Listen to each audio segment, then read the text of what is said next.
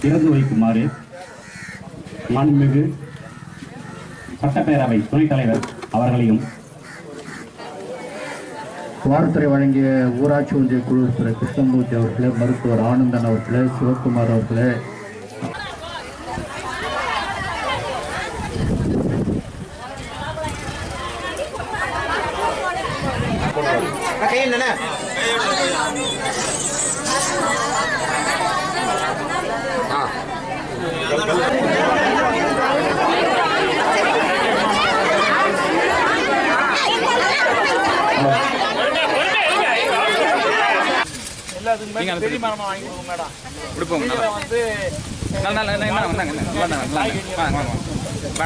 தளபதி மு.க. ஸ்டாலின் அவருடைய உத்தரவுக்கு ஏற்ப நம்முடைய கால்நடை அமைச்சர் அனிதா ராதாகிருஷ்ணன் அவரிடம் நான் கேட்டுக்கொண்ட சட்டமன்றத்தில் கேட்ட கோரிக்கையின் அடிப்படையில் இன்றைக்கு நம்முடைய திருவண்ணாமலை மாவட்டத்துக்கு 50 இது மாதிரி கால்நடை கிளை மருத்துவமனை எல்லாம் கொடுத்துருக்காங்க. அதில் 50ல் வந்து நம்ம கீழ்பண்ணாத்தூருக்கு 2 கிடைச்சிருக்குது.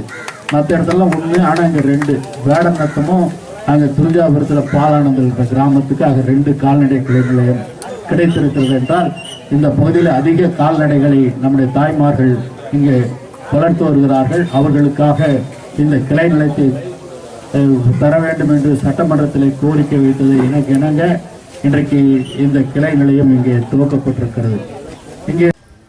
இன்றைக்கு இந்த ஊட்டச்சத்து வழங்குவதிலேயே இந்தியாவிலேயே முதலிடத்தில் இருப்பது நம்முடைய தமிழ்நாடு தான். ஏன்னா உலக வங்கி திட்டத்தில் இல்லை பல்லாயிரக்கணக்கான கோடி ரூபாய் ஏழை எளிய மக்களுடைய குழந்தைகள், தாய்மார்கள் அவர்களெல்லாம் ஊட்டச்சத்து பெற்று அவர்கள் நல்ல நிலையிலே இருக்க வேண்டும் என்பதற்காக அரசு பல கோடி ரூபாய்களை இன்றைக்கு ஒதுக்குகிறது. அதிலே தான் இன்றைக்கு அங்கன்வாடி மையங்கள் அங்கே கட்டப்பட்டு இங்கே அதனுடைய அதிகாரி பேசும்போது சொன்னதைப் போல குழந்தைகள் ஊட்டமாக வளர வேண்டும் என்று 3 முட்டைகள் மற்றும் சத்துணவு இவையெல்லாம் இன்றைக்கு வழங்கப்படக்கூடிய அளவிற்கு இன்றைக்கு இந்த அரசு நடவடிக்கை எடுத்துக் கொண்டிருக்கிறது.